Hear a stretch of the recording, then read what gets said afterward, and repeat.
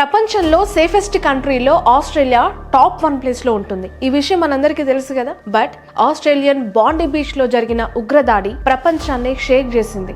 నిజంగానే సిడ్నీలో ఇంత పెద్ద ఉగ్రదాడి జరిగిందా అని చెప్పి ఆశ్చర్యానికి గురి కావాల్సిన పరిస్థితి. బట్ అలాంటి సేఫెస్ట్ కంట్రీలో ఇద్దరు తండ్రి కొడుకులు యూదులే టార్గెట్ గా చేసిన ఈ ఉగ్రదాడిలో 16 మంది స్పాట్ డెడ్ అయ్యారు. ఇంకా 42 మంది స్టిల్ హాస్పిటల్లో ట్రీట్మెంట్ లో ఉన్నారు. అందులో కొందరు సిచ్యువేషన్ ఇంకా క్రిటికల్ గా ఉంది. దాదాపు ఒక 5 నుంచి 8 మంది పరిస్థితి అని చెప్పి హాస్పిటల్ నుంచి వస్తున్న సోర్సెస్. జియూస్లే టార్గెట్ గా హమాస్ చేసిన ఈ దాడి వెనుక పాకిస్తాన్ హస్తం ఏమైనా ఉందా? ఇజ్రాయెల్ గాజా యుద్ధానికి ఈ దాడికి ఎక్కడైనా ఇంటర్లింక్ ఉందా? సాజిద్, నవీద్ అక్రమ్ అసలు ఎవరు వీళ్ళిద్దరు? ఇద్దరు తండ్రి కొడుకులు కలిసి చేసిన ఈ ఉగ్ర దాడిలో అసలు టార్గెట్ ఏంటి? వీళ్ళకి హమాస్ ఉగ్రవాదులతో ఎక్కడైనా లింక్ ఉందా? బాండీ బీచ్ లోనే ఈ దాడి ఎందుకు చేశారు? మోర్ ఓవర్ వీళ్ళు దాడి చేసిన రోజు చాలా స్పెషల్ డే జియూస్లకి. ఈ ఎంటైర్ ఎపిసోడ్ లో రియల్ హీరో అహ్మద్ గురించి మాట్లాడుకోవాలి. ఆస్ట్రేలియా ఈ విషయం పైన నెక్స్ట్ స్టెప్ ఏ విధంగా ఉండబోతోంది? ఇలాంటి పూర్తి వివరాలతో ఈ వీడియో ఈ రోజు నేను మీకు అందించాలనుకుంటున్నాను. కాస్త ఆలస్యమైనా కూడా ఇందులో చాలా ఇంపార్టెంట్ ఫ్యాక్టర్స్ మీతో డిస్కస్ చేయాలి అని చెప్పి ఈ వీడియో చేస్తూ ఉన్నాను. ప్రతిరోజు ఒక వీడియోతో మీ ముందుకు వస్తూ ఉన్నాను. నేను చెప్పే వీడియో, నేను చెప్పే కంటెంట్ మీకు నచ్చినట్లయితే తప్పకుండా లైక్ చేయండి, షేర్ చేయండి, అలాగే సబ్స్క్రైబ్ చేయండి. డిసెంబర్ 14న బాండీ బీచ్లో 1000 మంది కంటే ఎక్కువగా జ్యూస్లు అక్కడ హనూకా పండుగ చేసుకుంటూ ఉన్నారు. సిడ్నీలో ఒక అద్భుతమైన సాయంత్రం సన్సెట్లో డిసెంబర్ 14న మీ అందరికీ వార్త తెలిసే ఉంటుంది. బాండీ బీచ్లో దాదాపు 1000 కంటే ఎక్కువ పీపుల్ అక్కడ లొకేట్ అయ్యారు. ఆ బీచ్ చుట్టూ కూడా వాళ్ళు ఆ రోజు చాలా స్పెషల్ ఈవెంట్ హనుకా పండుగని సెలబ్రేట్ చేసుకుంటున్నారు. ఇది జ్యూస్లకి చాలా స్పెషల్ ఈవెంట్. ప్రతి ఇయర్ కూడా వీళ్ళు నవంబర్ ఎండింగ్ ఆర్ డిసెంబర్ ఎండింగ్లో ఈ ఫెస్టివల్ ఆఫ్ లైట్స్ని అక్కడ సెలబ్రేట్ చేసుకుంటారు. ఇది చాలా ఫేమస్ పండుగ యూదులకి. వాళ్ళు వాళ్ళ పండుగలో నిమగ్నం అయ్యి ఫ్యామిలీస్తో, పిల్ల పాపలతో లేదంటే కపుల్స్ వచ్చి ఆ సన్సెట్లో వాళ్ళు ఆ బీచ్లో సేదతీరుతూ ఉన్నారు, సెలబ్రేట్ చేసుకుంటూ ఉండగా సడన్ గా సాజిద్, నవీద్ అక్రమ్ అనే ఇద్దరు తండ్రి కొడుకులు ఎట్ ఏ టైం గన్స్తో ఇష్టం ఉన్నట్లు దాడి చేశారు. 16 మంది స్పాట్లోనే చనిపోయారు. సీరియస్లీ నాకు ఆ విజువల్స్ చూపించాలంటే కూడా కొంచెం ఇబ్బందిగా ఉంది. బట్ మీ అందరి కోసం ఒక్కసారి చాలా బ్లర్లో లేదంటే ఫొటోస్ రూపంలోనే నేను అవి మీకు చూపించాలనుకుంటున్నాను. ఎందుకనంటే పానిక్ సిచ్యువేషన్ ఒక 10 మినిట్స్లో, నిమిషాల వ్యవధిలోనే అక్కడ ఇదంతా కూడా జరిగిపోయింది. ఫ్యామిలీస్తో, పిల్ల పాపలతో లేదంటే తల్లిదండ్రులతో వచ్చిన వాళ్ళంతా తమ వాళ్ళు ఎక్కడున్నారు అని వెతుక్కునే క్రమంలో అసలు సీరియస్లీ నాకు చాలా ఇబ్బందిగా అనిపించింది. ఇలాంటి సిచ్యువేషన్స్ అసలు ఎందుకు వస్తున్నాయి? అసలు వాళ్ళు ఏం పాపం చేశారు? వాళ్ళు ఏం తప్పు చేశారు? వాళ్ళకున్న పండగ ఆనందంగా సెలబ్రేట్ చేసుకోవడానికి వచ్చి ప్రాణాలు పోగొట్టుకోవడం నిజంగా చాలా బాధాకరం. ఇంకొక 42 మెంబర్స్ సీరియస్గా ఉన్నట్లు మనకు తెలుస్తుంది. వీళ్ళ దాడిలో ఆస్ట్రేలియన్ పోలీసులు కూడా చచ్చిపోయారు అంటే నమ్మాల్సిందే. ఎందుకు అనంటే అక్కడ వాళ్ళు ఈ హనుకాలో భాగంగా వాళ్ళు కూడా ఆ పండగ సెలబ్రేట్ చేసుకోవడానికి అక్కడ వచ్చారు.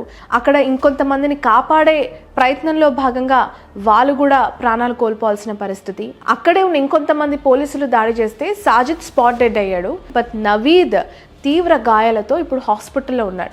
దీన్ని ఇప్పుడు ఉగ్రవాద దాడిగా పోలీసులు కన్ఫర్మ్ చేస్తూ ఉన్నారు.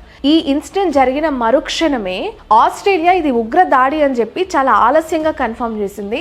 దాని గురించి కూడా మనం వీడియో ఎండింగ్లో మాట్లాడదాం. ఎందుకు వాళ్ళు ముందుగానే ఈ ఇష్యూ జరిగిన వెంటనే ఒప్పుకోలేదు అనడానికి ఇక్కడ రీజన్స్ కనిపిస్తున్నాయి. ఇక దాడి చేసిన సాజిద్, నవీద్ ఇద్దరికి కూడా పాకిస్తాన్తో లింక్ ఉన్నట్లు మనకు తెలుస్తోంది. సాజిద్ పాకిస్తాన్కి చెందిన వ్యక్తి. 1998లోనే ఒక స్టూడెంట్ వీసా మీద ఆస్ట్రేలియాకు వచ్చారు. సో ఆయనకి 2001లో నవీద్ పుట్టాడు.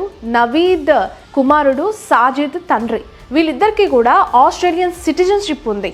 ఈ ఇష్యూ జరిగిన వెంటనే అక్కడ మీడియా అంతా ఫోకస్ చేసింది. ఇక సాజిద్ అక్కడ పండ్ల వ్యాపారం చేసుకుంటూ ఉన్నాడు. నవీద్ ఏమో అక్కడే ఉద్యోగం చేస్తూ ఉన్నాడు, పార్ట్ టైం జాబ్స్ చేస్తున్నట్లు తెలుస్తుంది. సో 2 నెలల క్రితం అతను ఉద్యోగం కోల్పోయాడు. ఇప్పుడు చాలా లే ఆఫ్స్ జరుగుతూ ఉన్నాయి. సో అక్కడ కూడా చాలా మందిని ఉద్యోగాల నుంచి తీసేసే పరిస్థితి. అందులో భాగంగానే సాజిద్ కూడా ఉద్యోగం కోల్పోయాడు. అప్పటి నుంచి మొన్న ఈ దాడి జరిగినంత వరకు కూడా ఇటుకల పనికి వెళ్తున్నారని చెప్పి అతని తల్లి చెప్తుంది. అయితే వీరిద్దరూ కూడా ఇలా ఉగ్రవాద దాడికి పాల్పడటం వెనుక ఒక పెద్ద కథ కూడా కనిపిస్తుంది. అది కూడా మీకు క్లియర్గా చెప్తా వినండి.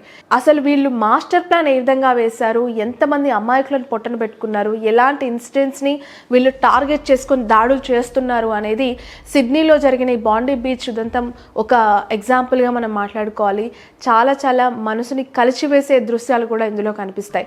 నవీద్ అక్రమ్ సిడ్నీలోని హకెన్బర్గ్ ఆల్ మురాద్ ఇన్స్టిట్యూట్లో ఇదే వ్యక్తి అక్కడ అధ్యయనాలు చేసుకుంటూ లైసెన్స్డ్ వెపన్స్ ని కూడా సేల్ చేస్తూ ఉన్నట్లు పోలీసులు ఇన్వెస్టిగేషన్ లో తెలిచారు. సో గతంలో ఆస్ట్రేలియాలో టెర్రర్ అటాక్ చేయడానికి ఒక ఇస్లామిక్ స్టేట్ ఉగ్రవాది ప్లాన్ చేశాడు. అతన్ని పోలీసులు 2019లో అరెస్ట్ చేశారు. ఆ ఉగ్రవాదితో నవీద్ అక్రమ్ కి చాలా దగ్గరి సంబంధాలు ఉన్నాయని చెప్పి ఇప్పుడు పోలీసులు కన్ఫర్మ్ చేస్తూ ఉన్నారు.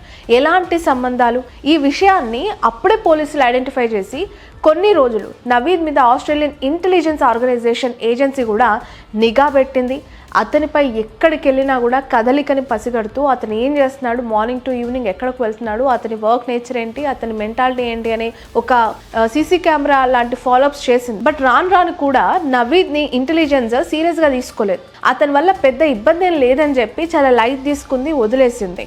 అదే ఇప్పుడు చాలా పెద్ద ముప్పుగా కూర్చుంది. అందుకే సిడ్నీలో బాండీ బీచ్లో ఎంత పెద్ద ఇష్యూ జరిగింది. ఎందుకనంటే నవీద్కి గతంలో అరెస్ట్ అయిన ఇస్లామిక్ స్టేట్ ఉగ్రవాది వల్ల పాకిస్తాన్ హమాస్ ఉగ్రవాదులతో లింక్ ఏర్పడింది అని చెప్పి ఇప్పుడు ఈ ఇన్సిడెంట్ తర్వాత బయటకు వచ్చింది. ఇక్కడ ఇంపార్టెంట్ పాయింట్ ఏంటంటే ఇజ్రాయెల్ గాజా మీద యుద్ధం చేసినప్పటి నుంచి హమాస్ యూదుల మీద ఫుల్ సీరియస్గా ఉంది. యూదులు ఎక్కడున్నా కూడా మా టార్గెట్ అని చెప్పి హమాస్ ప్రకటిస్తూ వస్తూ ఉంటుంది. వాళ్ళంటే అసలు గిట్టని వ్యక్తులుగా హమాస్ చూస్తూ ఉంటుంది. ప్రపంచంలో యూదులు చాలా చాలా తక్కువ సంఖ్యలో ఉంటారు.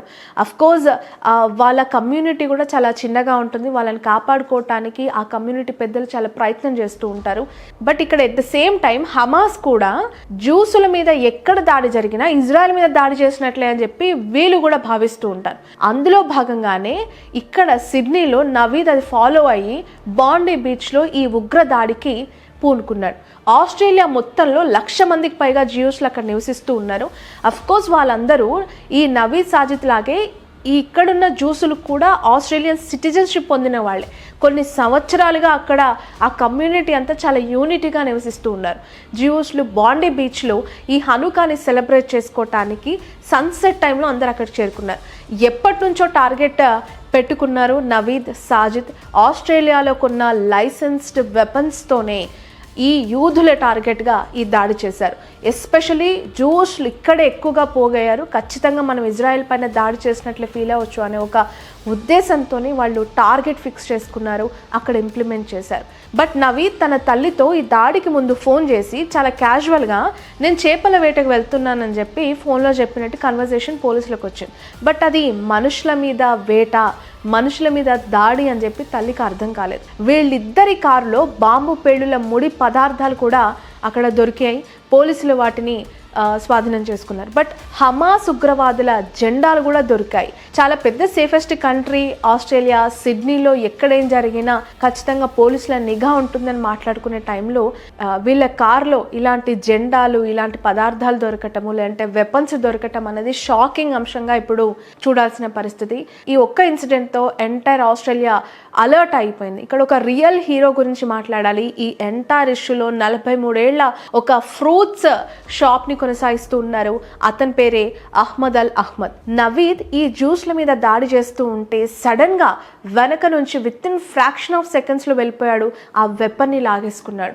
నిజంగా ఒక వ్యక్తి ఆ ఇన్సిడెంట్ లో ధైర్యం చేసి అలా ప్లాన్ చేసుకొని ఫ్రాక్షన్ ఆఫ్ సెకండ్స్ లో వెళ్ళి లాగేసుకోవటము, ఆ విజువల్స్ అన్ని చూసిన వాళ్ళు సోషల్ మీడియాలో అతన్ని ఒక హీరోని చేసేసారు. అతన్ని చాలా మంది పొగుడుతూ ఉన్నారు. ఒకవేళ అతను ఆ వెనక నుంచి సడన్ గా వెళ్ళి ఆ వెపన్ ని లాక్కోకుండా ఇంకా కాస్త టైం అలా కొనసాగి ఉండుంటే, ఆ డేర్ ఆయన చేయకపోయి ఉంటే చంపేసేవాడేమో చాలా మందిని, ఇంకొంతమంది ప్రాణాలు అక్కడ పోయేవేమో అని చెప్పి అనిపిస్తుంది ఈ విజువల్ చూసిన తర్వాత.